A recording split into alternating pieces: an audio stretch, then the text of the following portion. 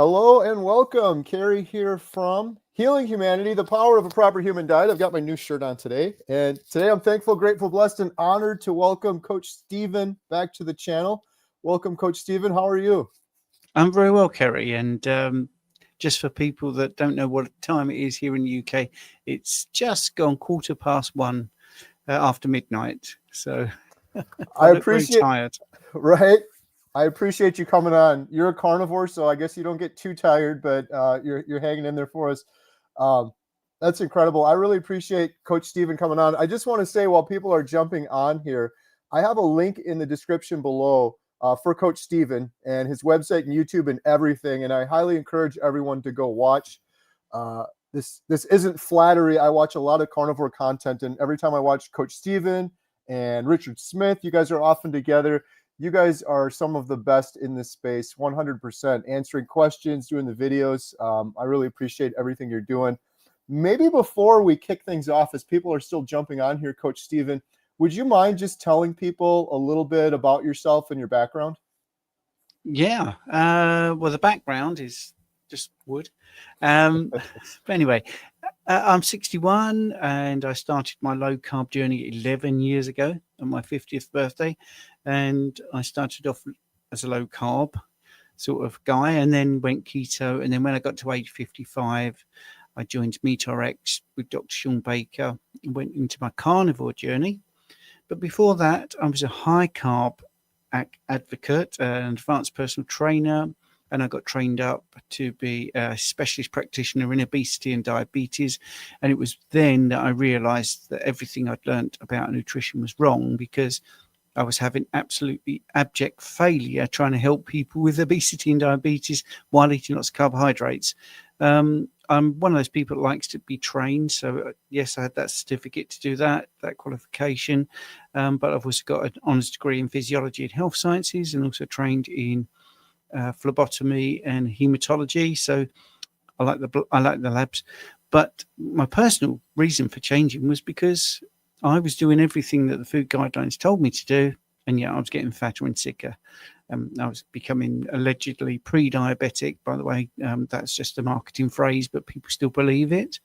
And I did at the time. I had lower left quadrant pain because both my parents had died when I was very young. My mother had colon cancer, even though she followed the food guidelines to the T. She had, the worse her colon got, the more the doctors forced fibre down her, and it just got worse and worse. So by the time I was 23, I didn't have any parents. I'd also lost a girlfriend to breast cancer. But I still believed all the guidelines. So I didn't smoke, I didn't drink, I avoided red meat, I didn't eat fat. And I did lots of moving. So I was moving all the time. So I was doing everything you would think would make me superhuman. And it all caught up on me. All the carbs caught up on me in my 40s. And even though I was running 10 miles 3 times a week, I just getting that muffin top. And then it was just embarrassing as a personal trainer, because I literally was doing absolutely everything I could to look good. Like I say, I was also getting pains, lots of gas. I had a terrible rash on my forehead, looked like somebody got a strawberry and smashed it on my head. So everything was going wrong basically, and then it pretty much all resolved. Little low-level things. I'd always had athlete's foot for 30, maybe 35 years. Did everything that they told you to do to get rid of athlete's foot, using a hairdryer in my trainers and lots of different powders and everything. And as soon as I went keto, that completely evaporated. I'm also deaf. I lip read. I use subtitles when I'm on here as well. And the only time my hearing has ever improved was once I went low carb. Well, actually, when I say it improved, it was always plummeting in a certain sort of very straight line. It was just getting worse and worse and worse. I've been wearing hearing aids since I was 23, so I've got lots of data. But then when I went low carb, the deterioration lessened, sort of started to sort of get better, really, I suppose, leveled out, and then marginally better hearing actually since I've been carnivore. So it's been quite a shocking journey, because lots of things that I was led to believe were chronic and irreversible, like diabetes, are definitely not chronic, and definitely not irreversible. You can definitely reverse type 2 diabetes. So the biggest thing I've learned is not to believe things and to, Right. study and use my eyes and ears and look at what actually really happens, clinical experience, what people present like. That's the most important thing we can, latch on to. I think your channel is fantastic. I love what you're doing. I love the effort you're putting in, but your information is so clear. I like the fact it isn't snarky. I think the only time I've ever thought I wish it was snarky was the recent one about Lane Norton, who is just so disingenuous and such a bully, but you don't do that. You just tell the truth about what actually happens to real people. You are an example yourself. So my background is trying to support people like yourself and try to emulate what you're doing and do it in the UK and try and get as many people to follow and join the group and spread the word, really. I love it. I found incredible healing by fixing my diet, and I've heard so many stories of others doing the same. And now you are sort of dedicating your life to coaching individuals to do that. What's it like for you, Coach Stephen, when you find someone who was maybe hopeless and you've led them on this path and they've fixed their metabolic health and they've found healing like I have or like you have? What's that like for you when you take someone through that journey? Well, yeah, it chokes me, to be honest. As you know, when I tried to do a talk at your place, I was talking about some real people, and I just got a bit emotional. Firstly, it's just so rewarding. I mean, the person themselves is doing it all. It's not me that does it. It's them listening and putting those things into action, because it's all well and good saying, maybe try this, but if they don't try it or they have all that pushback from their families and it's really difficult, but it's endless. And yeah, I can talk about extreme stuff, like somebody I dealt with who was given 2 weeks to live, and that was 6 years ago. So reversing kidney function, getting kidney function back is probably the best way to put it. Coming off the diabetic meds, coming off their blood pressure medications, sleeping, having more energy. I mean, I had a message the other day, the best sleep I've had for 30 years.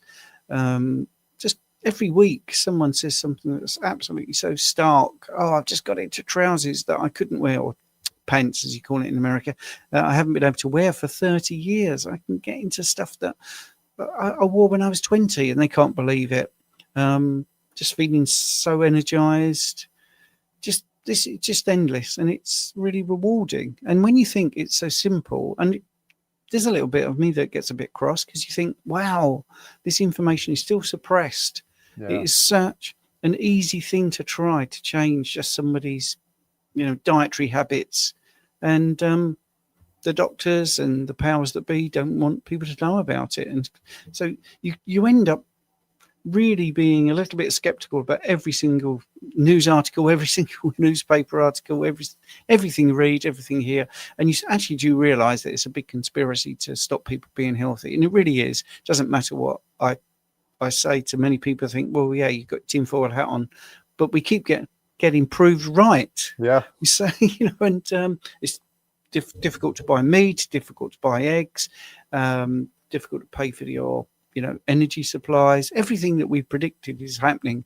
So we need to push back and just from the ground up tell the powers that be, this is the best way to eat. This is sustainable. This is the best way for the planet. So it's a hard ask, but I think this is why I want to do stupid things like be here at 1 o'clock in the morning, because I think the more we spread the word, 24-hour live streams. Yeah, we did those, didn't we? So but it's worth it, because you have to push. You have to keep pushing, because their noise is so big. Yeah. We just have to keep pushing back. And you mentioned like conspiracy theories and things like that, and it's almost like everything we're told, it's not even that it's just wrong. It's almost, you can almost look at the exact opposite of whatever you're told, and that's where you should probably start investigating in many cases where the truth is. It's crazy how inverted things have become, but it's hard not to be passionate and want to share this when you find healing, but then you look around in the world and there's still so many people sicker now than ever before. And the thing that really gets me passionate about this is I'm a grown man. I found healing. I could just move on. But when you look at the next generation, they're way sicker than they're going to be way sicker than I was. And I was really darn sick. The chemicals and the processed foods and the ingredients we have now are way worse than when I was even their age. So it's hard not to be passionate about it. But I'm so glad you're doing this and you're coaching people. I don't think there's a bigger, better calling in the world than being able to help someone find their health. After interviewing so many people on my YouTube channel and for the documentary, that's been one of the biggest things I've learned is people are excited when they lose 100 pounds. People are excited when they reverse their diabetes. But so many of the people I've interviewed are like, I feel like I'm living for the first time now. The name of the documentary is kind of crazy, Healing Humanity. But that's one of the reasons we named it that too, because people feel like they've got their humanity back. Like this whole time I was deprived. I could have been living, but I was just a shadow of what I could have been because I had brain fog and fatigue and depression and all of these issues. So it's hard not to be passionate about it. And the last thing I'll just say real quick before we jump into some of the topics, I'm so happy that you're doing the coaching because when I first started this, I was kind of cynical. Like, what do you need a coach for, right? Just eat meat. How hard could that be? But I was a fool. I was very wrong. And I think the coaching is one of the most important things for people starting because we're living in a world where if you're eating this way, you are the oddest of the odd. You are definitely the weird one out. And nobody tries to help you with this sort of addiction. That's what it was for me. I was addicted to the food prior.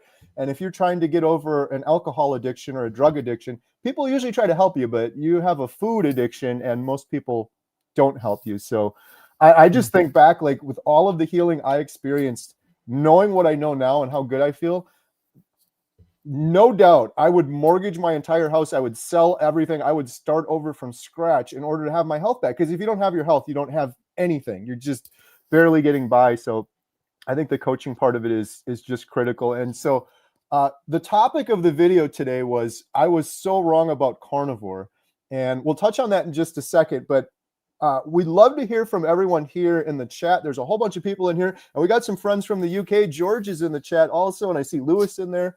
If you'd like to post a question with hashtag ribeye, we're going to give away a Healing Humanity shirt. I'll randomly pick one of those questions. So hashtag ribeye, either with your best question for Coach Steven or your testimony of healing. We love to hear those. Hashtag ribeye on either of those. And at the end of the call, we'll do a drawing for that. The reason for the title of the video, I was so wrong about carnivore, is because Coach Steven, I was so wrong about carnivore. When I heard about this, I was like, yeah, it's an interesting way to lose weight. I tried keto before. I understand what's keto. This is a little bit different because it's keto. And even after I started healing on carnivore, I was still just, yeah, man, ketosis is so powerful. This is great. Those things are true, but I started realizing and learning there's so many other things that change in our body. It's almost like when you fix your metabolic health, you just go down to your natural weight as a side effect, but so many other things heal. Like I started learning about the liver, and I actually found out after doing carnivore that I was diagnosed with fatty liver amongst all the other issues I had. But you start learning about the liver and the mitochondria and the hormonal changes you have when we go carnivore. So I thought it would be an important discussion to talk about some of those things because I have a lot of new carnivores to the channel and people that are carnivore curious. And most people come to this just like, yeah, it's a cool way to lose a couple pounds. And then they're maybe not as serious as they should be. When you start to realize all of the other things that change, just like Coach Steven was saying, your hearing improving. Talk to people whose vision has improved. There's so many other things end up improving deeper than just a diet. So those are some of the topics we were going to talk about today. I don't know if you have any thoughts on that, Coach Steven. Oh, boy. Yeah. Yes, loads. Because, yeah, although I wouldn't maybe frame it the same as you, because I think my journey was such a long transition from low carb to keto, then carnivore. And obviously being in the space as someone that's helping people out.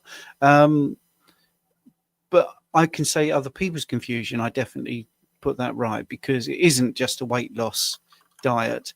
And in fact, many people, a huge percentage actually join for weight loss, but that just ends up being the side effect because other things that they didn't expect would improve. And I can give you a long list of stuff. So autoimmune conditions, allergies, they go. So that personally, that happened to me. I mean, I was highly allergic child, man as well, even in, hay fever and all types of fish. Twice I was hospitalized for a reaction to fish, and I don't have those allergies at all. And I see that in pretty much all the people that I consult with who have autoimmune issues. They see some level of resolution. Some of it goes completely, some of it's just a lot better for them to manage. It's a lot easier. Cognitive performance. So, yesterday I had somebody saying to me, I can't believe it. I'm now putting myself out into things that are really difficult. I used to shy away from different jobs at work because I just didn't think I could do it. And again, I experienced that. I've done 2 degrees in my life, 2 honours degrees, when I did my English honours degree. And that's something that, I felt was a natural thing for me. I found that harder than doing the physiology and health sciences in later life. When I did it, I was low carb, and I found it easier to do that. Joint health, just pains in elbows, knees, necks and all that. That seems to go because there's less inflammation. So again, that would be somebody saying, oh, well, it's the weight loss. Well, no, it isn't, because I have people, they don't lose a ton of weight straight away, but they get these benefits. Just their overall metabolic health, so they sleep better, their energy is better. And the biggest one is emotional. People feel more stable, more calm, which could be as simple as the fact that your blood glucose is a lot more stable. I think it's just that. I think the stable blood glucose will give you a stable mood. And I always go back to when I was eating carbs, and I can remember having a breakfast, with my porridge oats or oatmeal, as you call it, skim milk, blueberries, a little bit of honey, because that's great for you apparently. And 2 hours later, I was starving because I'd had the sugar high and then I had the sugar crash. So I think that stability is a big plus, a really big plus. Yeah, absolutely. That's been one thing I've noticed as well. We talk about when we go to these meetups, it's like the carnivore zen. Everyone's just, what's up with this group? Why do I love these people so much? It's so much fun hanging around with people.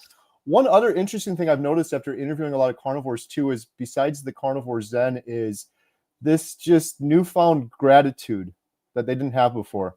Interviewed so many people that say that, like, I feel I'm just grateful now. I'm just, probably because they overcame some major health issue. It's hard not to be grateful, but it's pretty fun hanging around with people that are carnivore zen, happy, uplifted mood, and then just grateful for everything. It kind of makes you think too. I try to stay positive, right? But then you think that's pretty much should be the default setting for all humans. Imagine if the whole world was that way. What a different place we'd be living in. I mean, and yes, I've got to be honest with you. I'm absolutely gobsmacked how many messages you're getting where people are telling their stories. I can't stop looking at it because it's just constant, isn't it? There's so many people saying, "Oh, it's been life-changing," and wow. I don't understand how this is not front page news. We were just at Tampa at Hack Your Health, and we did a presentation. I don't know, there's maybe 200 people there. And I asked them in the beginning, who here found healing through a proper human diet? And of course, almost all the hands went up. And there's people, cancer, diabetes reversal, autoimmune disorders. And it's like, how is this not front page news? It is absolutely crazy that I don't think there's, obviously I'm biased because I'm in the space, but there's nothing else in the world like this: diet, exercise, medicine, lifestyle, where you see this amount of healing like we're seeing here in the comments, but also in person. Let's look at a couple of comments here. Hey, we got George Goodenough. Hello from this Sunday in the UK where the weather is miserable. George is awesome. I can't believe he's up. I thought I'd be the only one up at this time, but there you go. George never sleeps. We got Carnivore Brothers, Ashley, Charger Mopar, Rick. Oh, wow. We got a question. With the price of beef, I have had to substitute with chicken and pork. Is there anything to be aware of or to help improve chicken and pork? What do you think on that one, Coach Stephen? Well, that's really interesting because I eat a lot of pork.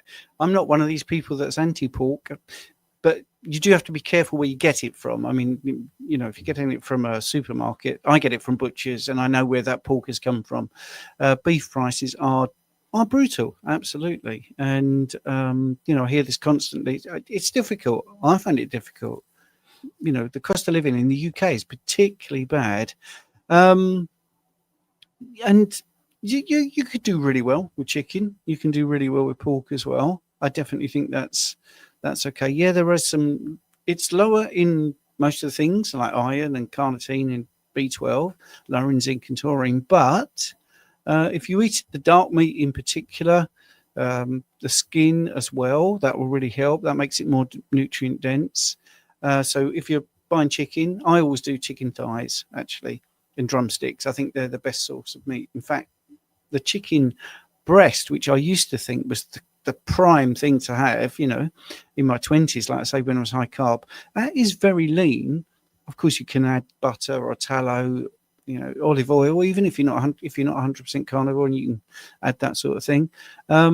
Biggest thing with chicken is freshness. Just make sure it's really fresh. It degrades quicker than beef, so that would be that.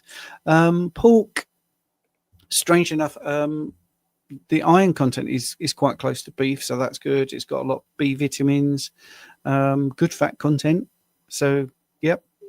And it's tasty. So pork belly, pork shoulder is very good. Pork ribs. I'm going to put a reel out tomorrow from the pork ribs I had today, which are great.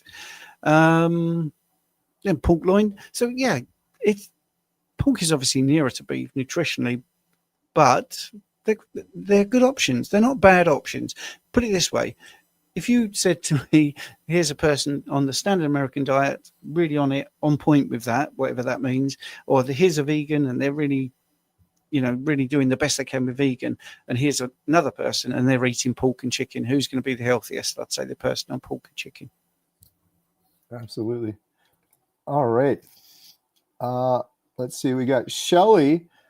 #ribeye. I have been carnivore for more than 2 years, off all my meds, post heart attack and menopause. Never felt this great before. I am 61 now and feel like I'm 20. It's amazing. Thank you. Incredible. I feel like I'm 20. I have heard many, many times. Yes, exactly. George has a question for Stephen. Can you tell us about the TV event on December 8th? All I really know is that I'm supposed to be there, hernia allowing. Okay.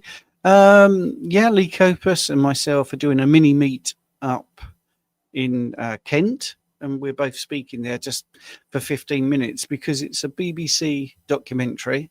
So we both know it's potentially going to be a hit piece, and Carl's there as well. Carl Day, is that his surname? And we were approached, or Carl was approached, and he got Lee and myself involved. And we're doing this little mini meet, and we're going to talk about the benefits of carnivore. And apparently the BBC are going to do a sort of series of different shows about different things that are in the spotlight. There's going to be 2 doctors, which we know are going to say how bad carnivore is. But in the end, both Lee and myself and Carl thought, well, we've got our eyes open. We know that we can say what we want to say, and we will give our best to get some of that information out, because there's no such thing as bad publicity. I think we might be able to get that message out, and people will see beyond the smoke screen that the BBC tried to produce this. They tried to make it seem like they're very impartial, but they're not. They're just not. They recently did a nutrition science panel. There was not one meat eater there. There was 5 panelists. They're all alleged experts. They all thought plant-based eating was the best. And when the host said, "What's your favourite foods?" not one really had any decent protein. They were all things like biscuits and cereal and plants and stuff like that. So, so it's a BBC. Is it going to be a hit piece? I've been blunt with them, said, is it a hit piece? They're telling us it isn't, but it's the BBC. I don't trust the BBC. I don't watch the BBC anymore. I gave up about 10 years ago.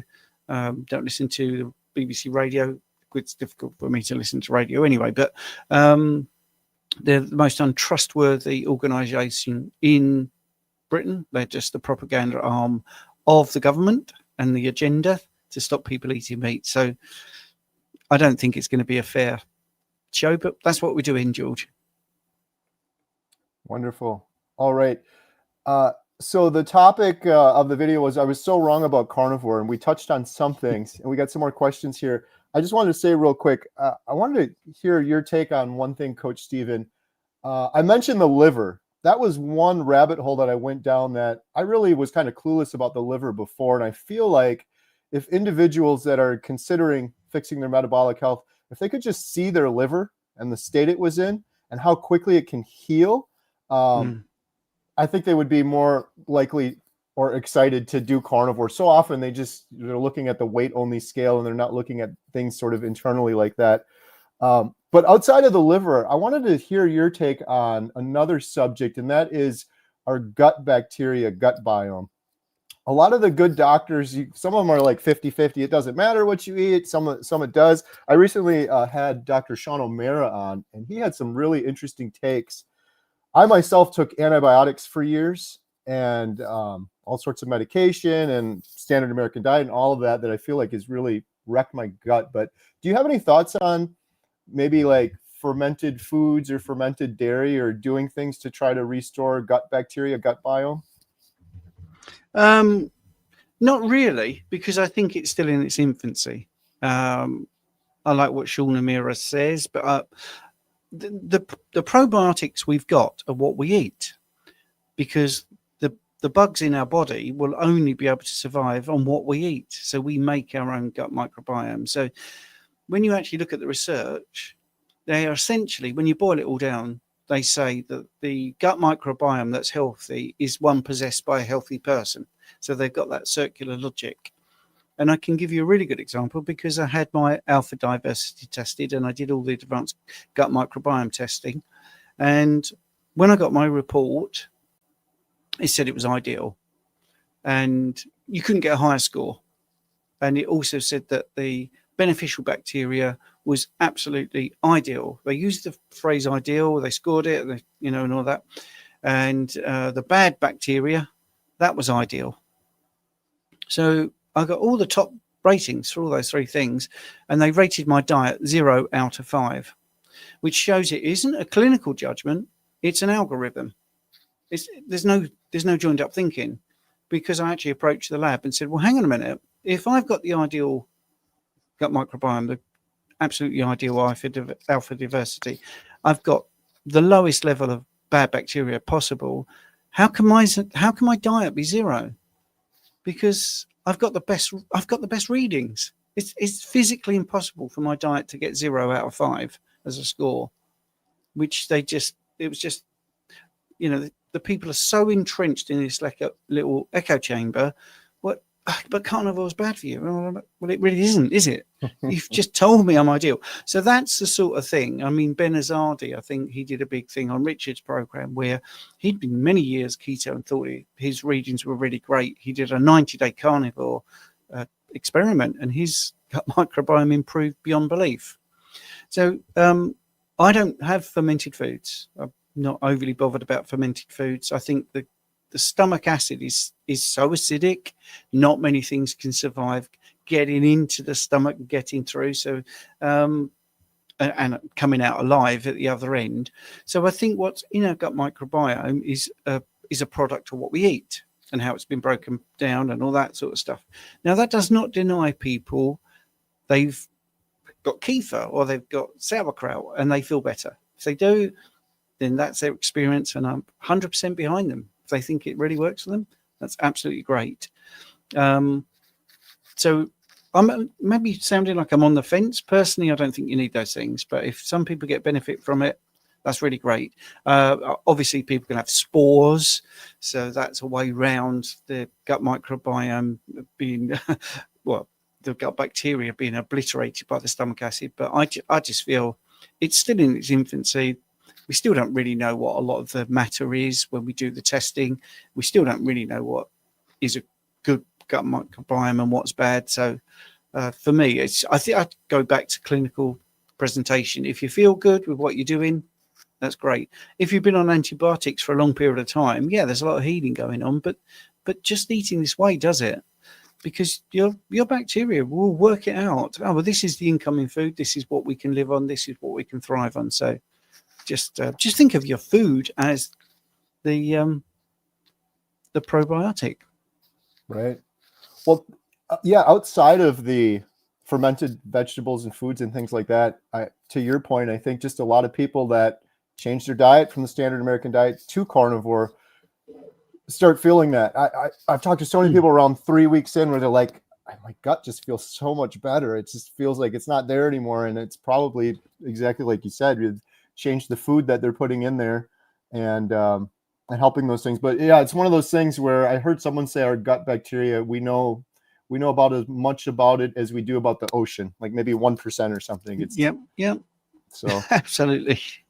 All right, we got a question from Epiphany Jane. Hashtag ribeye. For those that just jumped on, we're giving away a Healing Humanity shirt. Post your best question or your testimony with hashtag ribeye. I stopped sunscreen, but I have vitiligo. So should I still use something to cover my white spots? Right. I mean, that's a really interesting question. Firstly, I'm not a doctor, so this isn't medical advice. But I can give you information. I mean, I don't actually believe that sunscreen is beneficial. Well, we can tell it's late at night here. But if you've got white spots, then obviously there's a lack of melanin there. So it isn't just a cosmetic thing. It is slightly more susceptible to damage. So blanket sun avoidance isn't the answer, but very sensible exposure is. So don't do unprotected, intense sun exposure, because that would be counterproductive. But you do need to have, some exposure to the sun, because that's how you're going to make your cholesterol. That's how you're going to feel better and have higher levels of nitric oxide and all that sort of stuff. So I just think just be very sensible as you can be. Don't burn. Don't get anywhere near it. The sort of levels, if you didn't have that condition, that some people are going out. So early morning is better, late afternoon, obviously not midday. But I just don't be intense really, and just be sensible really. All right. And then from Amy Hosp, do others find themselves hopeful again? I'm the most hopeful I have ever been in my entire life. Yeah. Wow. Yeah. Well, this is the biggest bugbear ever. What I tend to find is so many people come to me, and the doctors and the mainstream and the legacy media have taken away all their hope. So the phrase about type 2 diabetes, the classic one is it's chronic, progressive, and you'll be on these meds for life. Right? There's no hope in those sentences, none whatsoever, and it's not true. That's the thing. You were talking about the liver, for instance. Well, the liver is a remarkable organ. You can take 70% of the liver away and it will still regenerate. And we know that from transplants, we know. So the healing of humanity, there we go, let's get a little plug in, is evident. It happens. So, you can improve your situation. You can definitely do that with diet, without a shadow of a doubt. Too many people report back to me, the doctor said diet has no effect on it. Right. Okay. Well, we know that's not true, because as soon as you change your diet, it affects you. So they're flat out just lying. And I never used to use that word, because I thought, I don't want to be too hard on them, but it's coming from not a nefarious sort of place, but they genuinely believe it. But they're being lied to, and they're passing on that lie. They're not doing their own research. So up above them, the food guidelines, the standard duty of care, they're just following their orders. Awful expression, isn't it? But it's just simply not true. And hope is also something that is important. If I had twins who were exactly the same in every single way, and they one came to me and said, I'm doing that race today that my twin brother's in. How do you think I'm going to do? And I said to one, I think you're going to be great. You're looking good. I've watched you in training. It's going to be fantastic. And then they went out, and the other one came in and said, what do you think I'm going to do? And I'm like, I don't know. I've got no idea. I think you're going to be awful. Just gut feeling. Well, they're going to perform differently because they're differently motivated. Absolutely. Hope makes a difference without a shadow of a doubt. And, this is also proven with pharmaceuticals, because whenever they test a pharmaceutical, they always have a placebo group. and some people in the placebo group get better. Right. Well, you've just actually scientifically proven that hope makes a difference. If you think something's going to work for you, there's a strong possibility that you're going to feel better without a shadow of a doubt. So I think this way of eating, you've got all these stories already flooding through, all these comments. Well, how hopeful can you be? If you, wow, that he's reversed type 2 diabetes. Oh, that one's lost 100 pounds. Oh, that one's got reversed their kidney function and it's now great. Oh, that one's sleeping better. That's hopeful. There's hope for everybody. You can be better than you were the day before.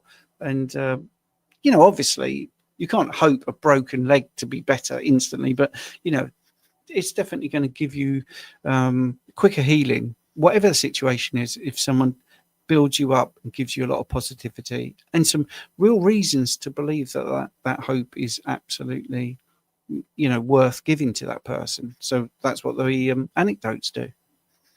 It's such a great topic. I'm glad we brought this up too, because like you mentioned type 2 diabetes, for example. I've got family members and loved ones, and they were diagnosed with type 2 diabetes, and it's almost like victim blaming. Like, this is just you, your genetics are weird, you have this thing, it's a fluke.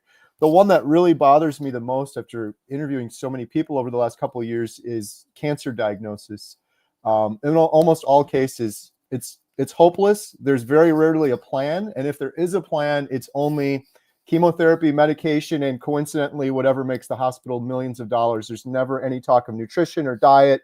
Go have some cookies and ensure, and you can do this. And not even a plan. Like, if there's just like, we're going to do this, this, and this, it's so much better to have some sort of a plan than none. I think it's just one of the most criminal things that goes on when people are diagnosed and not given any plan or hope. All right. Lewis, get your questions in. Thanks, Lewis. We got a message here from Sarah. I've been carnivore since the first day of summer 2025, and I don't suffer anymore joint pain. My fasting blood sugar fluctuates from day to day, though. Fired my doctor. All right. Well done. Yeah.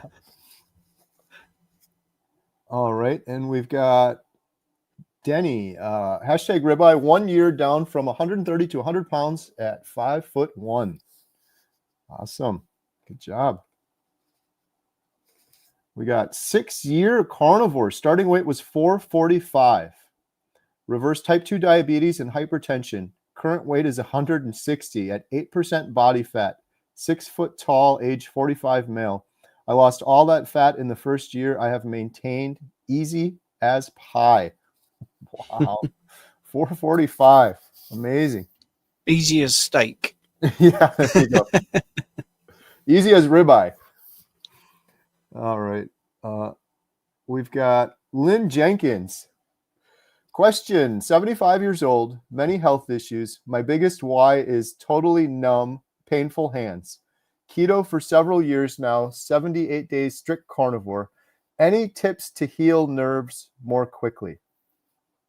Yeah. Well, thank you for putting the question on. Painful hands are really quite a thing to manage, because my wife did suffer with painful hands, but that all went.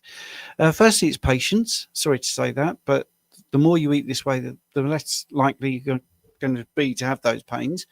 Good quality fats will help, because the myelin sheaths, the things that go around your nerves, you need good insulation, good signaling. So I think if you can get some omega-3s from fish, I think that's the best thing you could possibly do. Add some fish into your diet, or you could just, I don't know enough about this person to make any differences, but let's just broadly say moving is very good as well.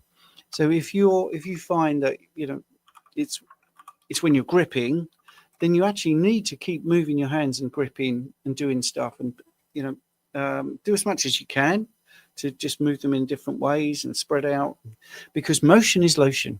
The more you move it, what will happen is the synovial fluid around your joints will actually improve. This is also down to the fact that you have better bile production, better essential fats coming into your body. But I also feel just be mindful of temperature changes as well. So if you go out into the cold and you come into the hot, and you find that the pain is worse, then I would invest in some good gloves. I know this sounds really just very simple. My wife used the Cyactive, the Cerul products. The only supplements I use actually is Stem Enhance, so I use that. But she used one of the other products, which was an anti-inflammatory called Cyactive, which is a collagen thing, and that really helped. But I think if you eat this way, you don't need to do that. I think if you just have the patience, I just feel a bit of movement and making sure you eat enough fat, good quality fats, take out all the seed oils, do all the things that you should do, be as strict as possible. Another big one, which people get very surprised about, is tea. I would take tea out because of the fluoride in there. I think that's quite damaging, and I've seen people take tea out and get big improvements. Sometimes it's dairy that you need to take out, but I don't know enough about you to be very specific, but they're the sort of things that you could look at. Coffee is another one because of the acrylamides. Anything that's roasted has acrylamides, and that can accumulate in your joints. So I don't want to spoil your day, but if you're drinking tea and coffee, I would take out coffee first and see if that makes a difference. And then if it doesn't, put the coffee back and take the tea out and see if that makes a difference. Another thing is supplementing with vitamin C can cause this as well, because obviously vitamin C degrades down to oxalate, and we don't need vitamin C. So lots of different things you could try, but it's a common thing I've heard, and it's a common thing that I get success with people that I consult with, that it does improve 6 to 8 weeks after. But that's normally because I've got the whole health profile of exactly what they're eating and exactly what they're doing. But hopefully that broad advice will be helpful. Absolutely. That just made me think of something, just a quick story of healing. When we were at Hack Your Health, this young woman came up to me, Coach Steven, to tell me a story. She watched a video I did on my channel with Renee, and Renee's channel is Eating Meat to Walk. And Renee had CIPD, which I think is talking about myelin sheath and nerve stuff. It's like a cousin to MS. It's not quite MS, but it's similar. But long story short, this young lady, she was 75% paralyzed. And after 60 days carnivore, she's running. Wow. I'm like, what? 75% paralyzed, 60 days carnivore, running, going up and down steps and doing all sorts of things. And that's why these stories I'm so passionate about. They're so powerful. She heard Renee's story, and she had the exact same condition, CIPD, which I never heard of my entire life before I talked to Renee. And she was inspired by Renee's story, and she started carnivore in 60 days. So incredible, some of the healing. All right.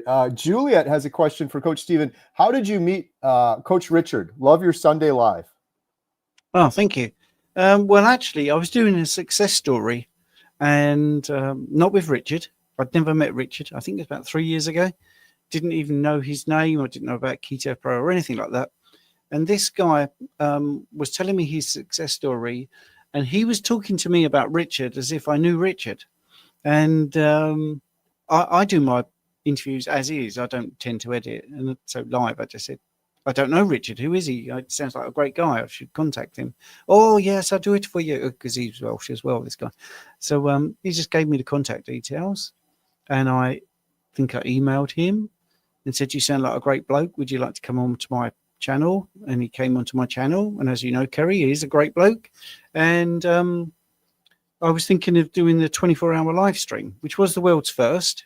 No one had done it before, 24-hour live carnivore live stream. And I just said, would you be stupid enough to want to do that with me? And he went, yeah, it sounds like a thing. So we did it. And we've not looked back since then. And, his channel's grown, not as much as I think it deserves to for the information that's on there. But good bloke, very good bloke. So for those that don't know, we did a 24-hour live stream after Coach Steven and Richard did one. And I've said this before, but you guys are better men than me and Adam are, because you guys decided to do it again. And I'm never doing it again. I don't ever. It's tough. It was tough. Yeah, it was hard. And we had Dr. Chafee God bless Dr. Chafee. He's the best. He came on at like 3 a.m. for about 4 hours and saved us because we were brilliant. fading quickly. He is brilliant. He was very generous to us as well.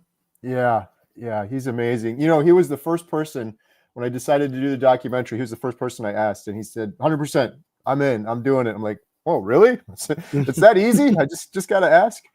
But yeah, yes, he's the best. All right, Shannon Gray, reversed my diabetes, NASH, high blood pressure, among so many other things. Amazing. All right, so we're going to be doing a drawing here shortly for a Healing Humanity shirt. If you have a question or a testimony, question for Coach Steven, post it with #ribeye. We've got a couple other here. Heather, carnivore for 2.5 years. So grateful to have found Carrie and Dr. Barry, found healing in skin, health, hair, type 2, and joint health. Awesome. Love to hear that.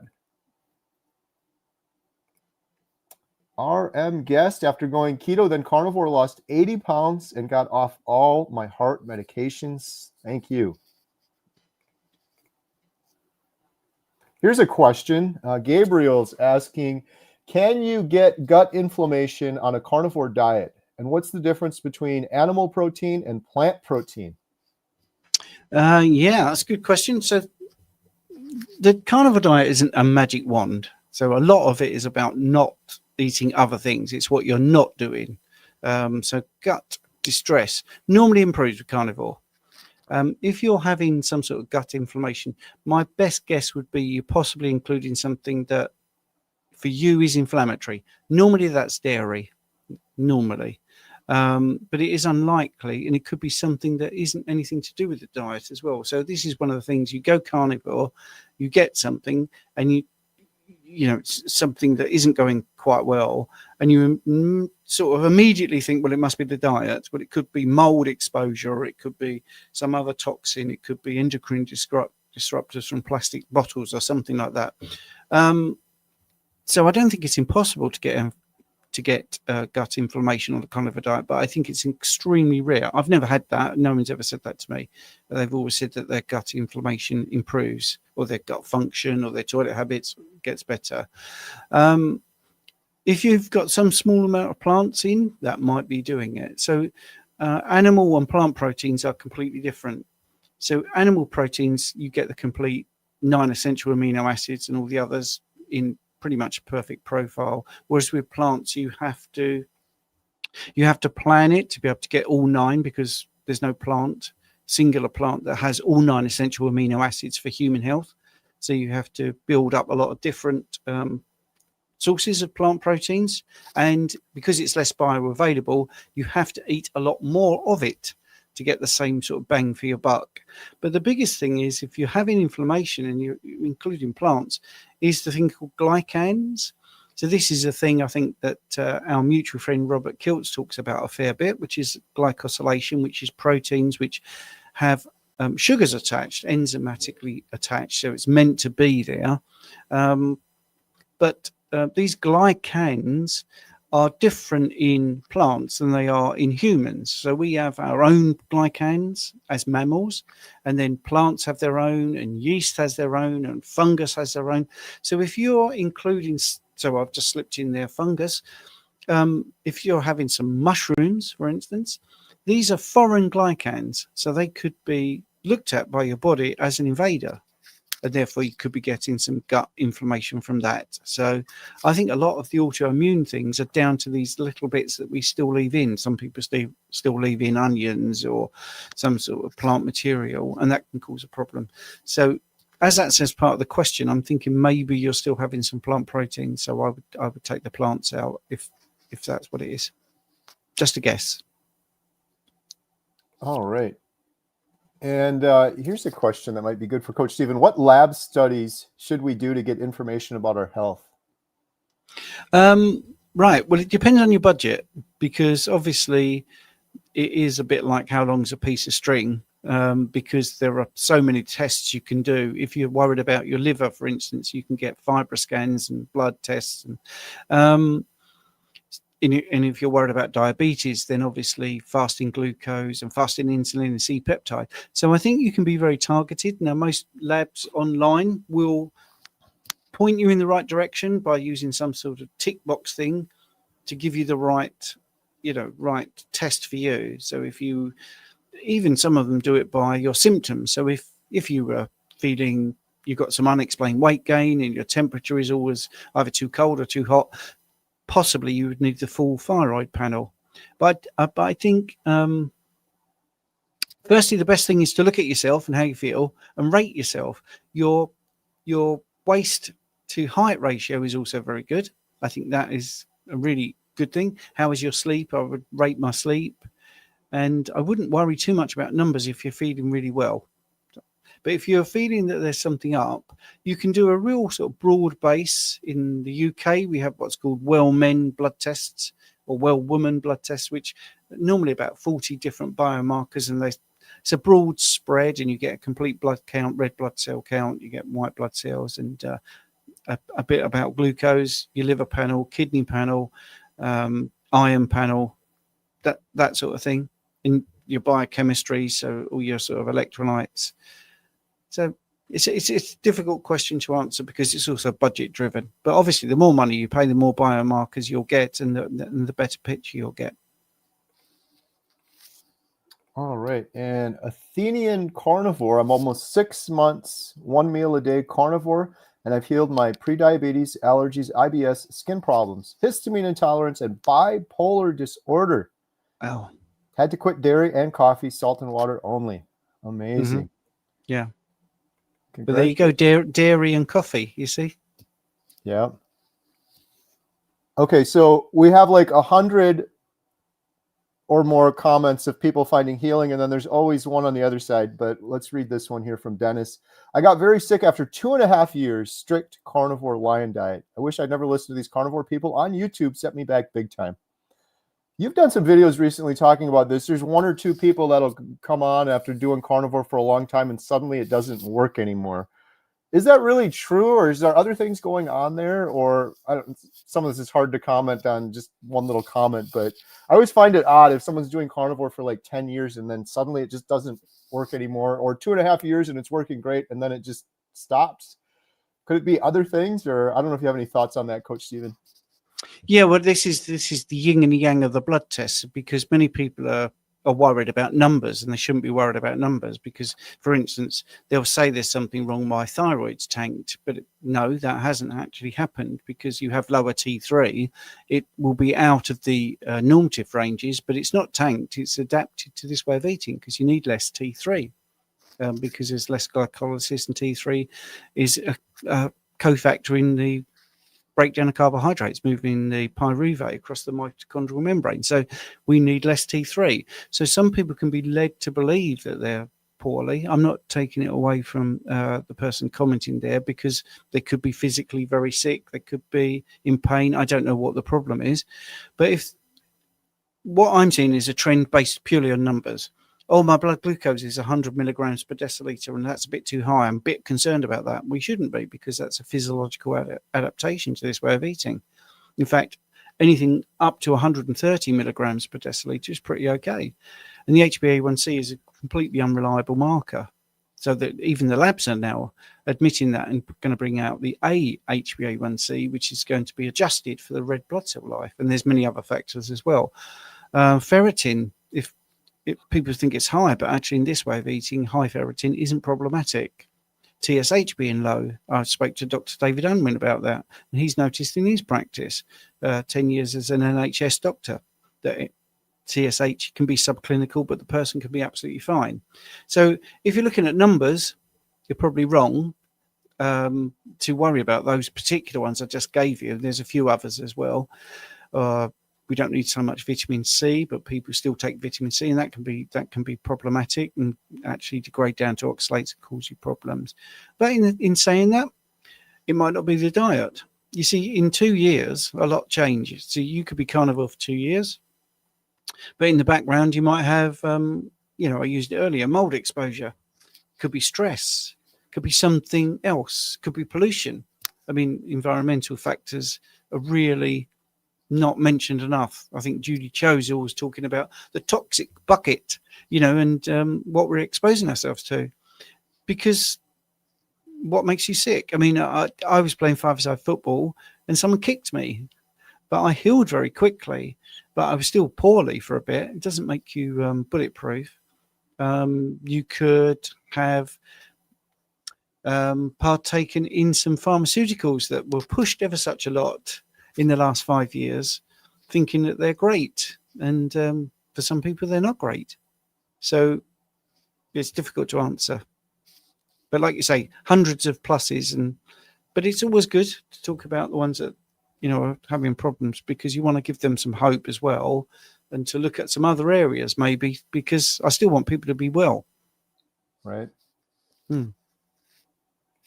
All right. Epiphany Jane. Last year, my husband was told his cholesterol was moderately high and pre-diabetic with an A1C of 6.4. 1 year later, after carnivore, he's lost 120 pounds. A1C 5.5 and improved his cholesterol. Great. Amazing. All right. Uncle Charlie has a question about bacon. How much bacon can you have on carnivore diet?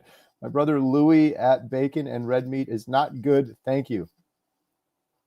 Oh, well, I mean, bacon. How can that not be good? Right. It tastes amazing.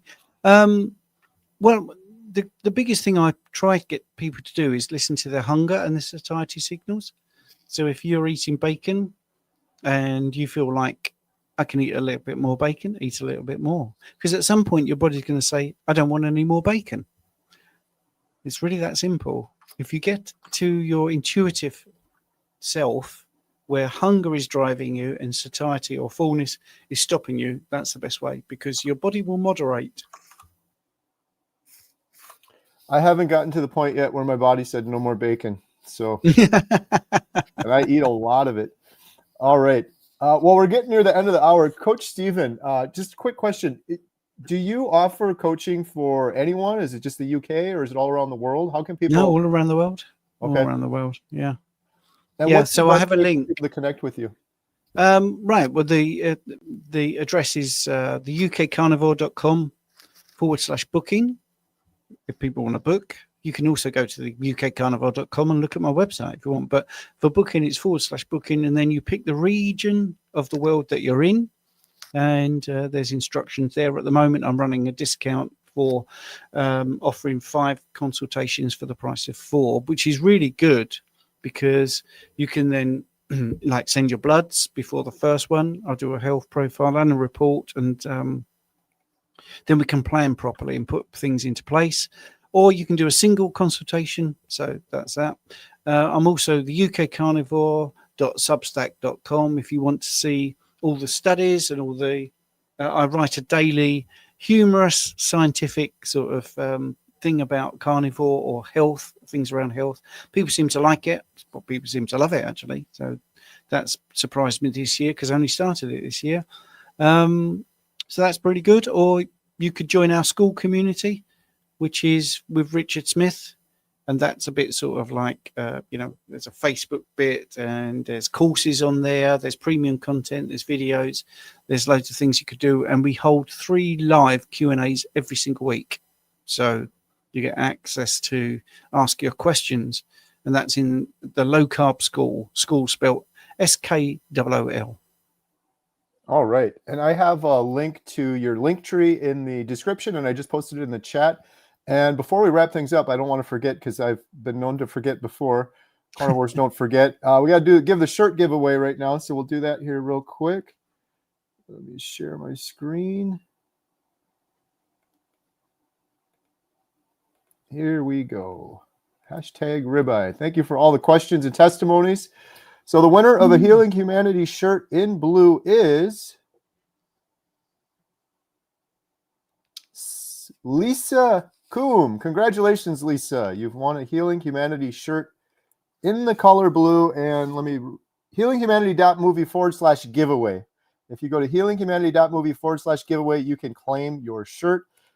Thank you so much for everyone for all of your questions. And thank you so much, Coach Stephen, for coming on and staying up late. I really appreciate it. It's okay. I've enjoyed it, actually. And yeah, it's nice to possibly see some different people that have never seen me before, and hopefully they'll come and look at my channel as well, and they can stay up late for a bit. Absolutely. Yeah, you always have an open invite. I appreciate you, love everything you're doing, and I love all my friends over in the UK. George is our UK ambassador, and he's trying to make sure we get some good connections, and I've been over to the UK a couple times, but absolutely love everything you're doing. So thank you so much, Coach Steven. Thank you, everyone, for your questions. We'll see you guys on the next one. Have a good night. Good night. All right.